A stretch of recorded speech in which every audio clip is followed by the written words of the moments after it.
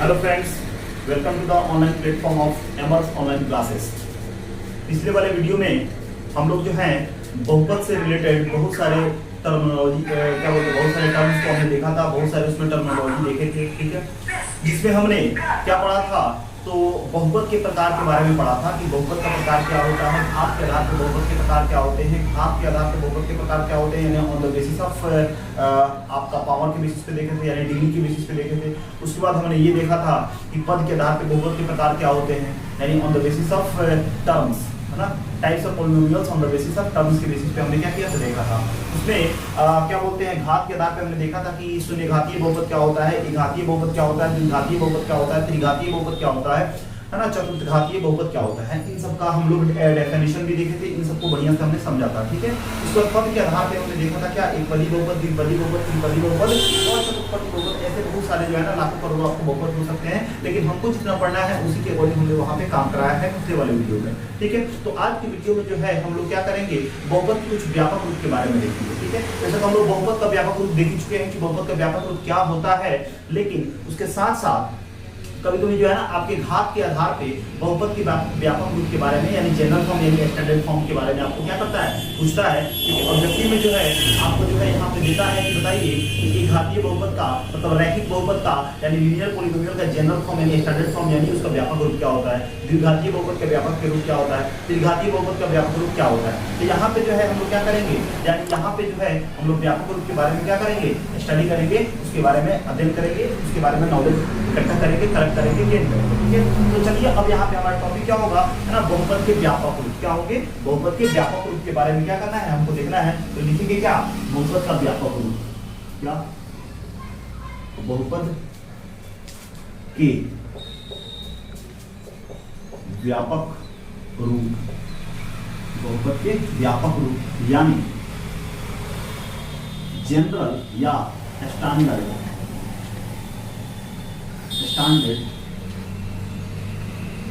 form of polynomials, ठीक है। बहुपद के व्यापक रूप यानी जनरल फॉर्म ऑफ पॉलिनोमियल या स्टैंडर्ड फॉर्म ऑफ पॉलिनोमियल, इसको कहते हैं, ठीक है। तो सबसे पहले बात आता है कि आपका बहुपद का यानी आपका लीनियर पॉलिनोमियल मतलब क्या, कि आपका रैखिक बहुपद का व्यापक रूप क्या होता है। तो पहला जो है यहाँ पे ध्यान रखेंगे क्या, रैखिक बहुपद का व्यापक रूप, रैखिक बहुपद का व्यापक, ठीक है। अब क्या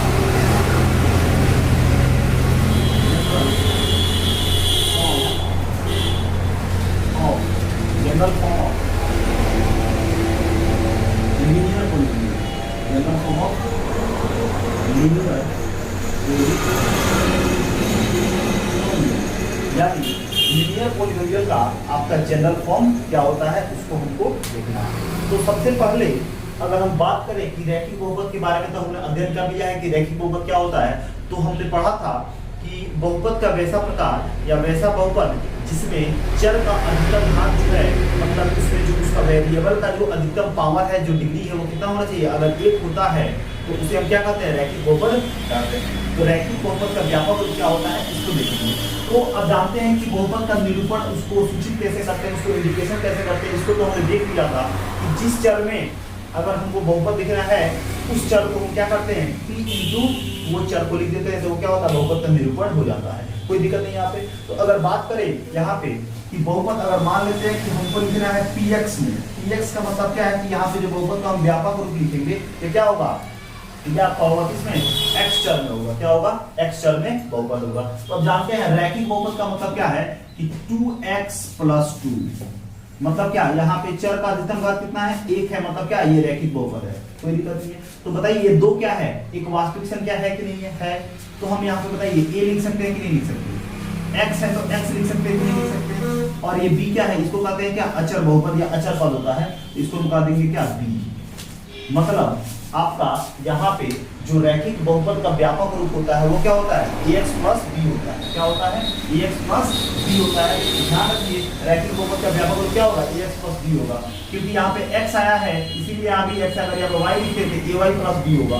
मतलब जिस चर में यहाँ पे देगा उस चर में हमको यहाँ पे बहुपद लिखना है, यहाँ पे लिखेंगे जहाँ जहां ए क्या लिखेंगे, जहां ए जो होगा वो 0 के इक्वल नहीं होगा, क्योंकि अगर ए 0 के इक्वल कर दिया जाए, मतलब अगर 2x + 2 है यहाँ पे, और यहाँ पे अगर a बराबर 2 है, अगर a बराबर यहाँ पे 0 लिख दे तो 0 गुना x + 2 का मतलब क्या, यहाँ पे 0 हो जाएगा, +2 बराबर कितना हो जाएगा, 2 हो जाएगा। मतलब ये जो है ना शून्यघातीय बहुपद हो जाएगा, रैखिक बहुपद नहीं रहेगा, इसीलिए हम यहाँ पे a ≠ 0 लिखे हैं। ठीक है, इसमें कोई दिक्कत नहीं है। तो सारे बात को क्यों यहाँ पे a ≠ 0 लिखा है, ये बात समझ में आई, कोई दिक्कत नहीं है। और a ≠ 0, ठीक है, तथा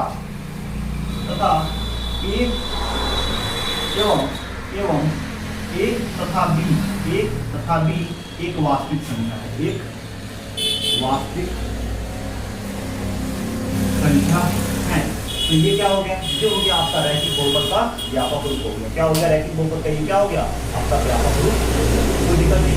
अगर एग्जाम्पल के बेसिस पे देखें तो अगर हम लिख सकते हैं यहाँ पे, अगर py लिखिए मतलब क्या, 2y + क्या ये रैखिक बहुपद है, हाँ, तो इसमें चेक कर लीजिए py, यहाँ पे 2 जगह पे क्या लिख सकते हैं, a y हो जाएगा +3, हाँ a y + यहाँ पे क्या हो जाएगा, b हो जाएगा। ठीक है, हाँ यहाँ पे क्या है, y के घात कितना है, 1 है, इसका मतलब क्या है, ये आपका रैखिक बहुपद है। तो इस तरह से क्या हो जाएगा, आपका रैखिक बहुपद का व्यापक रूप हो जाएगा। ठीक है, चलिए अब यहाँ पे लिखना है हमको क्या, द्विघात बहुपद का व्यापक रूप। क्या लिखना है, द्विघात बहुपद का व्यापक रूप। की द्विघात बहुपद का व्यापक रूप क्या होता है। ठीक है, तो द्विघात बहुपद का व्यापक रूप क्या होता है, हम तो पढ़े हुए हैं कि द्विघात बहुपद वैसा बहुपद होता है जिसमें चर का अधिकतम घात जो होता है वो कितना होता है, 2 होता है। उसे क्या कहते हैं, द्विघात बहुपद कहते हैं। क्या कहते हैं, द्विघात बहुपद बोलते हैं। ठीक, इसमें कोई दिक्कत नहीं, बताइएगा। ठीक है, क्या बोलते हैं, द्विघात बहुपद।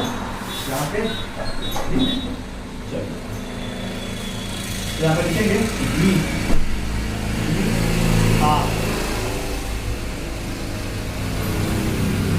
द्विघात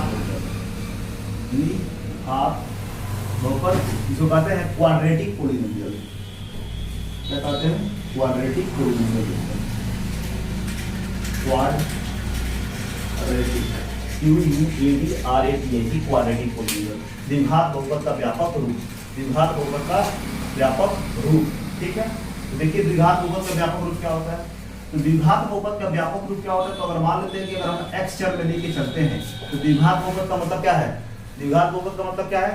ठीक है, द्विघात बहुपद का मतलब है कि चर का अधिकतम घात कितना हो, 2 हो। यहाँ पे हम क्या लिख सकते हैं, अगर यहाँ पर लिखे 2x² + 3x और +2, ठीक है, एक द्विघात बहुपद है कि नहीं है, हाँ द्विघात बहुपद है, क्योंकि चर का अधिकतम घात कितना है, 2 है। तो देखिए 2 की जगह पे हम क्या लिख सकते हैं, a लिख सकते हैं कि नहीं लिख सकते, x² का x² लिख सकते हैं कि नहीं लिख सकते, और यहाँ पे 3 है तो यहाँ पे इसको b लिख सकते हैं कि नहीं लिख सकते, लिख सकते हैं। x है तो x लिखेंगे कि नहीं लिखेंगे, अब अचर पद है तो क्या लिख सकते हैं, c लिखेंगे कि नहीं लिखेंगे। तो ये यहाँ पे क्या आ गया, द्विघात बहुपद का व्यापक रूप यहाँ पे हमको मिल गया। ठीक है, कोई दिक्कत नहीं है। ax² + bx + c, ये क्या हो गया, द्विघात बहुपद का व्यापक रूप हो गया।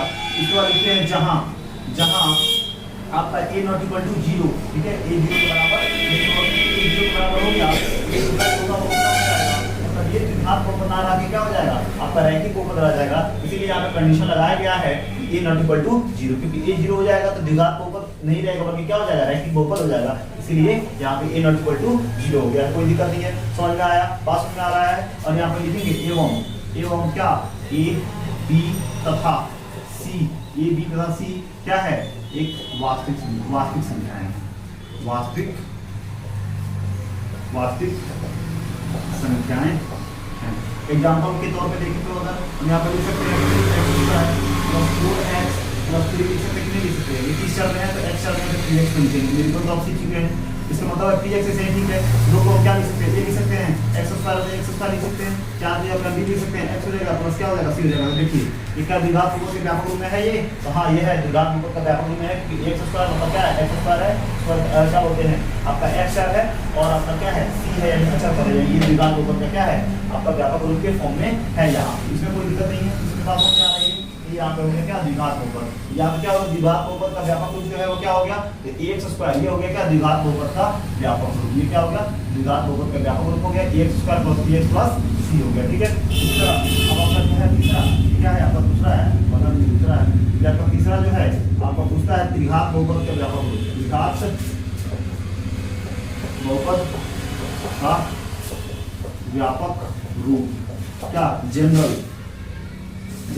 या स्टैंडर्ड जनरली स्टैंडर्ड फॉर्म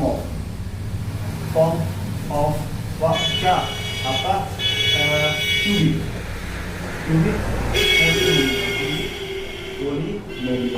कोई दिक्कत नहीं है। अब यहाँ पे त्रिघात बहुपद का व्यापक रूप क्या होता है, तो यहाँ पे लिखिए पी एक्स चर का घात कितना होगा 3 होगा, यानी ए एक्स क्यूब हो जाएगा। अगर बात करें यहाँ पे त्रिघात बहुपद अगर लिखने की कोशिश करें तो अब क्या लिखेंगे 3x क्यूब लिख सकते हैं प्लस 4x स्क्वायर लिख सकते हैं प्लस 3x प्लस 2 लिख सकते हैं।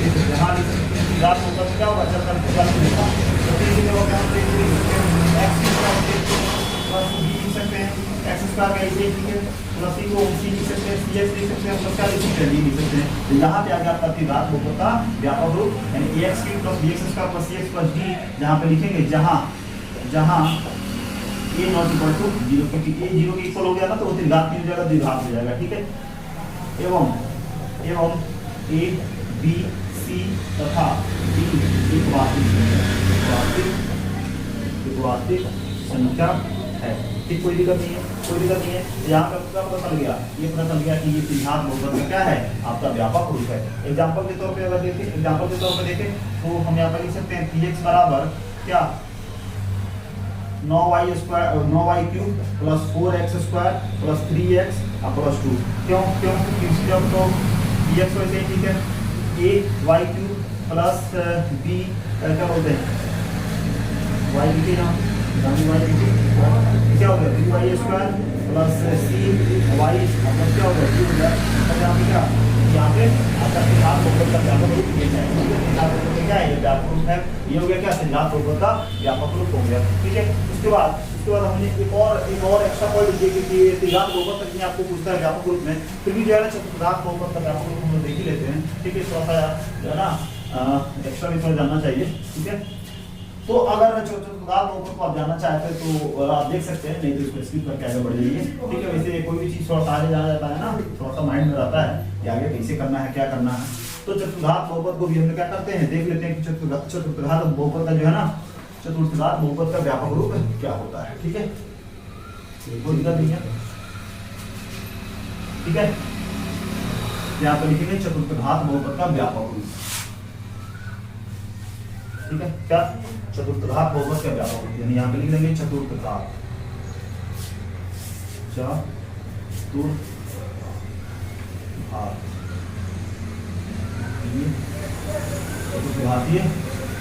का व्यापक रूप क्या लिखते हैं क्वाड्रेटिक रूप आते हैं, क्वाड्रेटिक या पाई क्वाड्रेटिक,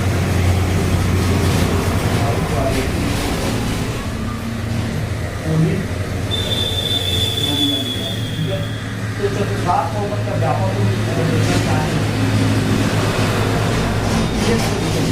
मतलब चर का अल्फा कितना हो 4 हो तो फिर क्या करते हैं चतुर्भुज बहुपद करते हैं। इसको लिख सकते हैं x का पावर 4 जिसका मान लेते हैं कि 3x पावर 4 लिखे प्लस 4x का पावर 3 लिखे प्लस 2x स्क्वायर लिखे प्लस 2x लिखे प्लस 3 लिखे। तो इसका पावर इसका ex हो जाएगा ना, इसको ये b है इसको मान लेते हैं a है, ये आपका b है, ये आपका c है, ये आपका d है, ये आपका e है, जितना भी ऐसे पता है ना इसके abc से दिखाते हैं और चार का जो है तो क्या होगा b हो जाएगा x की पावर 3 हो जाएगा, फिर c हो जाएगा x की पावर 2 हो जाएगा, फिर d हो जाएगा x की पावर कितना हो जाएगा फिर क्या x और क्या हो जाएगा आपका d हो जाएगा, क्या हो जाएगा आपका d हो जाएगा। ये आपका हो गया क्या व्यापक रूप आपको देखने को मिलेगा कि त्रिघात बहुपद का व्यापक रूप व्यापक हो गया। जहाँ कंडीशन भी अप्लाई करेंगे कुछ कंडीशन भी हम देते हैं ना यहाँ पे ये आपका जो है ना ए जो होगा वो 0 के इक्वल नहीं होगा। अब क्यों नहीं होगा क्योंकि आप जानते हैं कि अगर ए को 0 के इक्वल रख देते हैं तो आपका चतुर्भुज बहुपद नहीं हो जाएगा, क्या हो जाएगा त्रिघात बहुपद हो जाएगा। यानी लिखेंगे जहाँ क्या लिखेंगे जहाँ e नॉट इक्वल टू 0 एवं a b c d तथा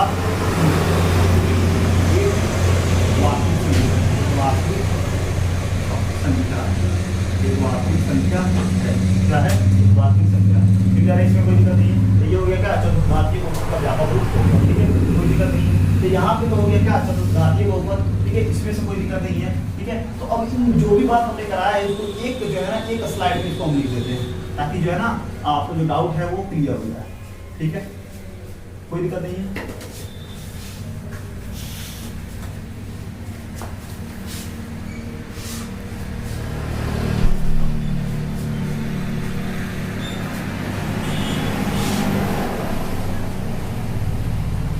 ठीक है, इसमें कोई दिक्कत नहीं है। चलिए आगे देखते हैं क्या है आपका। तो पहला था, पहला क्या था, रैखिक बहुपद का व्यापक रूप। ठीक है, इंग्लिश की मैं लिख दिया है, बार बार लिखने की जरूरत नहीं है। हम सारा जो है ना एक्स शब्द में लिख, आप वाई में भी लिख सकते हैं, कोई नहीं। रैखिक का मतलब क्या, एक्स प्लस बी हो जाए। जहां हम लिख सकते हैं, ये हो गया आपका क्या, रैखिक बहुपद का व्यापक रूप हो गया। लिखेंगे जहां जहां ए नॉट इक्वल टू 0 एवं ए तथा बी, ए तथा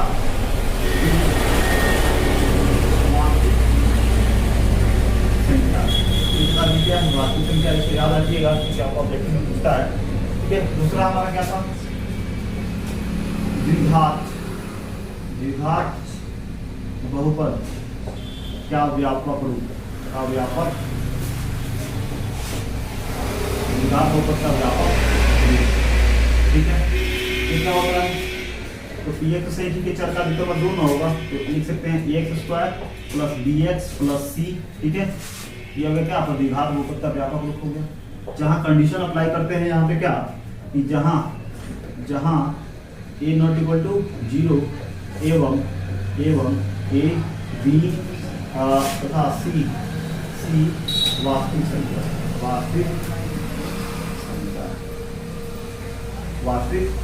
कोई दिक्कत नहीं है। आपका त्रिघात बहुपद क्या है, त्रिघात बहुपद का व्यापक रूप, त्रिघात बहुपद का व्यापक रूप क्या होता है। तो सबको जो है ना पी एक्स में लिखते हैं, आप जो है ना वाई एक्स जो भी है आप लिख सकते हैं, नहीं एक्स का मतलब कितना होगा, 3 होगा, फिर क्या होगा बी एक्स स्क्वायर होगा, फिर क्या होगा सी एक्स होगा, प्लस क्या होगा डी होगा। ठीक है, ये हो गया आपका त्रिघात बहुपद का व्यापक रूप हो गया। यहाँ पर कंडीशन है जहाँ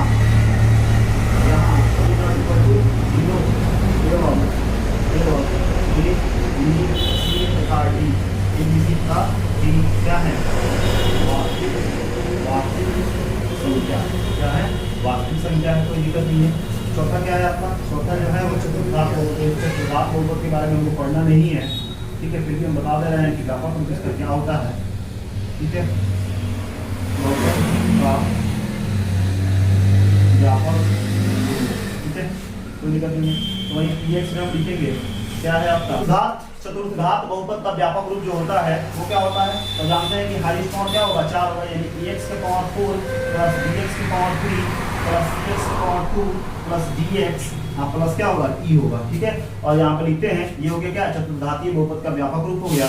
और जहाँ लिखते हैं जहाँ ए नॉट इक्वल टू 0 एवं ए बी सी डी तथा ई क्या हो, वास्तविक संख्या। क्या है, वास्तविक संख्या। इतना में कोई दिक्कत नहीं है, इतना में कोई दिक्कत नहीं है। अगर इसमें कहीं कोई दिक्कत है तो बताइएगा, ठीक है, बोलिएगा, ठीक है, कोई दिक्कत नहीं है। अब यहाँ पे जो है हमारा टॉपिक जो है वो अब यहाँ से जो है इतना हम लोग पढ़ लिए, ये हो गया हमारा बेसिक, ये हमारा हो गया न्यू पॉलिनोमियल का। ठीक है, अब यहाँ पे जो है हमको जानना है जीरोज ऑफ पॉलिनोमियल, यानी बहुपद का शून्यक निकालना। ठीक है, ये काफी इंपॉर्टेंट होने वाला है। यहाँ से जो टॉपिक है वो मोस्ट इंपॉर्टेंट टॉपिक है, मोस्ट एवेटेड टॉपिक है। काफी आपको क्वेश्चन जो है ऑब्जेक्टिव में भी सब्जेक्टिव में भी आपको हर एक साल देखने को मिलते हैं, और इससे क्वेश्चन आते ही आते हैं, कंफर्म है कि आते हैं शून्यक से, वो चाहे ऑब्जेक्टिव से हो या चाहे सब्जेक्टिव से हो, शून्यक पे आपका क्वेश्चन आता ही आता है। तो इसीलिए यहाँ पे जो अब हमारा टॉपिक होने वाला है वो है हमारा क्या, बहुपद का शून्यक, यानी जीरोज ऑफ पॉलिनोमियल। मतलब हम लोग यहाँ पे जानेंगे रैखिक बहुपद का शून्यक कैसे निकालते हैं, रैखिक बहुपद का शून्यक कैसे निकालते हैं, द्विघात बहुपद का शून्यक कैसे निकालते हैं। नॉर्मली आपका त्रिघात बहुपद का शून्यक निकालने के लिए नहीं बोला हुआ है, त्रिघात बहुपद का शून्यक निकालने के लिए नहीं बोला हुआ है। वो क्लास 9 में हम लोग त्रिघात बहुपद का शून्यक निकाले हुए थे, है ना, लेकिन आपको बिहार को जो है ना नॉर्मली त्रिघात बहुपद का शून्यक निकालने के लिए नहीं बोलता। ठीक है, क्योंकि अब यहाँ पे हमको जो है ना इसीलिए जो है ना हम लोग द्विघात बहुपद का काम करेंगे। यानी बोर्ड को भी पता है कि बोर्ड से 2 चीज आपको कभी नहीं पूछता, भले जो है ना आपको थोड़ा सा समझने के लिए दिया हुआ है क्या, तो आपका ग्राफ जो है बहुपद का ग्राफ के बारे में जो है ना एग्जामिनेशन पॉइंट ऑफ व्यू से कभी नहीं पूछता, बहुपद का ग्राफ से रिलेटेड कोई क्वेश्चन नहीं करता, और त्रिघात बहुपद का शून्य निकालने के लिए आपको यहाँ पे क्वेश्चन नहीं देता, नहीं पूछता है। बस इतना पूछ देगा त्रिघात बहुपद का में फॉर्मूला जो है, जैसे क्या बोलते हैं alpha plus beta plus gamma का क्या बोलते हैं योगफल क्या होता है, तो आपका माइनस बी अपॉन ए होता है। आपका alpha into beta plus beta into gamma plus gamma into alpha बराबर होता है क्या, आपका सी अपॉन ए होता है ना, सी अपॉन ए होता है, ये आपको पूछ देगा। ठीक है, उसके बाद आपसे पूछ देगा कि alpha into beta into gamma का गुणनफल क्या होता है, आपका माइनस डी अपॉन क्या बोलते हैं डी अपॉन ये क्या बोलते हैं ए हो जाएगा। ठीक है, क्या हो जाएगा आपका डी अपॉन, एक बार चेक कर लेते हैं क्या है।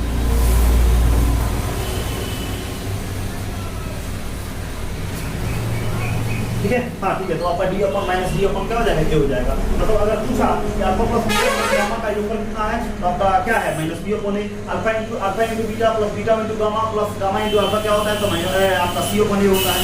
और आपको क्या पूछता है alpha into beta into gamma बराबर क्या होता है, तो माइनस डी अपॉन ए होता है। इतना बात समझ में आया, इतना बात समझ में आया। तो बस इतना ही आपसे क्या करता है, आपसे पूछता है या पूछ सकता है आपका त्रिघात बहुपद। त्रिघात बहुपद से यही फॉर्मूला पूछेगा तीनों जो अभी हमने आपको बताया कि alpha plus beta plus gamma बराबर क्या होता है, गामा का योगफल क्या होता है, तो minus B upon A. Alpha into beta into gamma plus gamma into alpha क्या होता है, तो आपका सी अपॉन ए होता है। उसके बाद alpha into beta into gamma बराबर गामा का गुणनफल क्या होता है, तो आपका माइनस सी अपॉन ए होता है।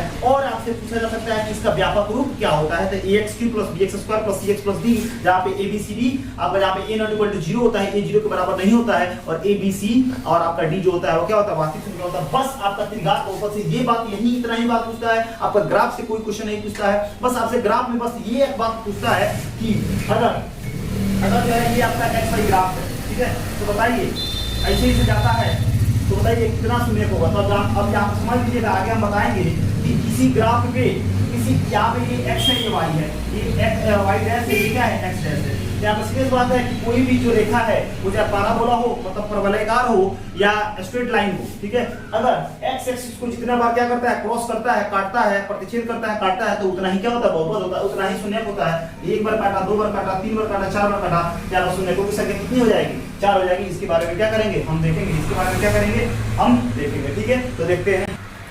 तो अब जो है यहाँ पे हमको क्या देखना है, बहुपद का शून्य के बारे में देखना है। क्या देखना है, बहुपद के शून्य के बारे में, कि बहुपद का शून्य होता क्या है, मतलब जीरो जो पॉलीनोमियल क्या होता है। ठीक है, तो यहाँ पे हमको देखना है क्या है बहुपद का शून्य, बहुपद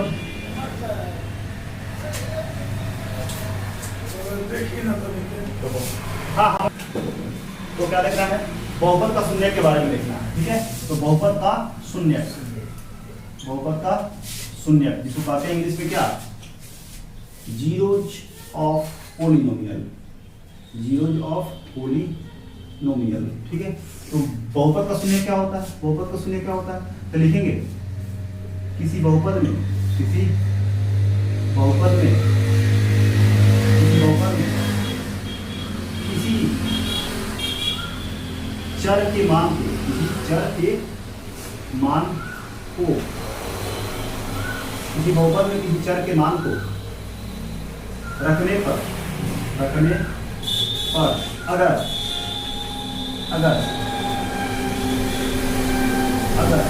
बहुपद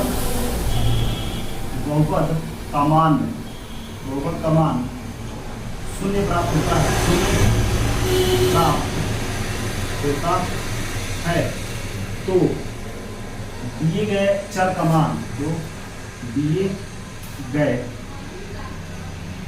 चर का मान, दिए गए चर का मान बहुपद का शून्य कहलाता है, बहुपद का शून्य कहलाता है, बहुपद का शून्य कहलाता है। मतलब यहाँ पे क्या है, मतलब ये है कि अगर कोई भी हम यहाँ पे बहुपद देते, कोई भी यहाँ पे क्या करते हम बहुपद देते, और बहुपद में चर के मान को, मतलब अपने से कोई भी चर के यहाँ पे मान रखे। अब ये जरूरी नहीं है कि आप चर का मान जो है ना वो बुक से आता है, ऐसे कुछ नहीं है। मतलब ये है कि हमको यहाँ पे अपने मन से रखना है। तो ये मान लेते हैं कि कोई एग्जांपल हमने यहाँ पे दिया और बहुपद है एक्स चर में या वाई चर में है, यहाँ पे एक्स और वाई का कोई वैल्यू अपने से रखें, और रखने के बाद उसका सॉल्व करने के बाद जो अगर उस बहुपद का मान अगर शून्य प्राप्त हो जाता है ना, तो वहाँ पे बहुपद का जो आपका जो मान है शून्य प्राप्त होता है, तो दिए गए चर का मान क्या होता है, बहुपद का शून्य कहलाता है। मतलब ये है कि अगर एग्जाम्पल इन बात को एग्जाम्पल से और जो है ना क्लियर कर लेंगे यहाँ पे क्या कैसे। जैसे मान लेते हैं यहाँ पे हम एक क्वेश्चन लिखते हैं कि पी एक्स स्क्वायर हमने लिख दिया, ठीक है, माइनस 5x और प्लस हमने क्या लिख दिया 6 लिख दिया, ठीक है, क्या लिख दिया 6 लिख दिया। अब यहाँ पे अपने मन से हमने यहाँ पे क्या लिखा, हमको पता नहीं है कि दिए गए बहुपद का शून्य होगा कि नहीं होगा। हमने यहाँ पे x बराबर जो है ना, x बराबर जो है हमने क्या रख दिया,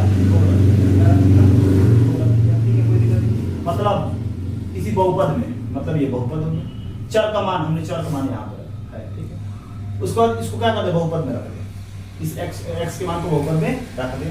रखने के बाद सॉल्व करने के बाद अगर हमारा आंसर 0 आया, अगर हमारा आंसर क्या हो गया 0 आ गया, तो हम कहेंगे कि x बराबर 2 जो है ना ये बहुपद का क्या है शून्य है। और अगर इसको रखने पर मतलब यहाँ पे जो इसका जो मान है अगर 0 नहीं आया, मतलब कोई अचर पद आ गया, तो मतलब कहेंगे कि ये जो x का मान है वो दिए गए बहुपद का शून्य नहीं होगा, दिए गए बहुपद का शून्य नहीं होगा। बात समझ में आया, कोई दिक्कत नहीं है। तो अब यहाँ पे जो है ना, अब हमको पता नहीं है कि ये होगा कि नहीं होगा, अब लेकिन हम सॉल्व करके देखेंगे। इसे ठीक है, x की जगह पे क्या रखेंगे 2 रखिए, जहाँ जहाँ x होगा वहाँ क्या रखेंगे 2 रखिए, 2 रखिए और 2 5 रखिए, x की जगह पे 2 रखिए, तो 6 रखिए। p2 ऐसे ही 2 का पावर 2 का मतलब क्या होता है 4, माइनस प्लस माइनस यानी कितना हो जाएगा 10 हो जाएगा, और प्लस कितना हो जाएगा 6 हो जाएगा। अब P2 यहाँ पे क्या हो गया, ये 4 और 6 कितना हो जाएगा 10 हो जाएगा, क्या हो जाएगा 10 माइनस 10, यानी P2 बराबर क्या हो गया 0 हो गया, नहीं हो गया, यानी यहाँ पे 0 आ गया। मतलब इस चर के मान को हमने x इस दिए गए बहुपद में रखा और रखने पर मान देखिए शून्य प्राप्त हो गया, इसलिए हम कहेंगे कि दिए गए बहुपद का ये क्या है x, जो x बराबर तो लेगा क्या शून्य है, इसीलिए x बराबर 2 जो है दिए गए बहुपद क्या आपका x बराबर x स्क्वायर माइनस 5x और प्लस 6 का शून्य है, क्या है शून्य है। बात क्लियर हुआ, मतलब क्या कोई हमें बहुपद दिया, अपने से कोई x का वैल्यू रखा, उस x के वैल्यू को हमने क्या किया, जहां जहां x है वहां पर रख के सॉल्व किया।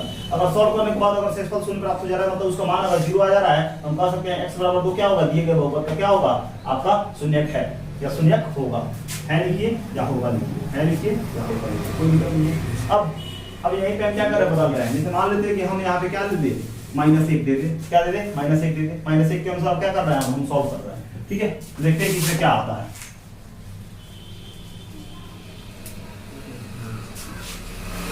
ठीक है, कोई दिक्कत नहीं है। तो जहाँ जहाँ x होगा वहाँ क्या रखेंगे -1 का स्क्वायर -5, यहाँ पे -1 हो जाएगा, प्लस में कितना हो जाएगा 6 हो जाएगा। जहाँ जहाँ -1 होगा, जहाँ जहाँ x होगा वहाँ -1 रखेंगे। अब -1 का स्क्वायर 1 होता है, माइनस प्लस 5 हो जाएगा, और प्लस कितना हो जाएगा 6 हो जाएगा। अब P1 आपका इसी ठीक है, 5 6 से 6 5 कितना हो जाएगा 11 आ गया, जो कि क्या है 0 के बराबर नहीं है। तो 0 के बराबर नहीं, इसलिए क्या कर सकते हैं, इसलिए कहेंगे x बराबर -1 दिए गए बहुपद कौन x बराबर x square minus 5x plus 6 का शून्यक नहीं है, का शून्यक नहीं है, ठीक है।